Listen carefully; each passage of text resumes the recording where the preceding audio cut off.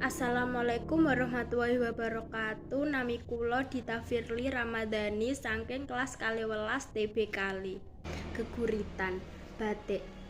Batik iku bagus tur apik. Wong nganggo ora setitik. Saka ngisor tekan dhuwur padha remen. Saka alit tekan gedhe padha temen. Batik pancen endah. Endah disawang, endah dirasani. Lumrah negara tangga padha ngiri.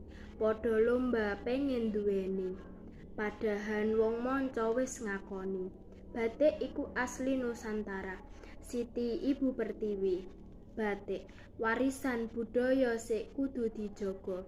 Dijaga temenan karo putra bangsa. Ora dinggo guyonan, ora dinggo dolanan. Amarga bisa kelangan.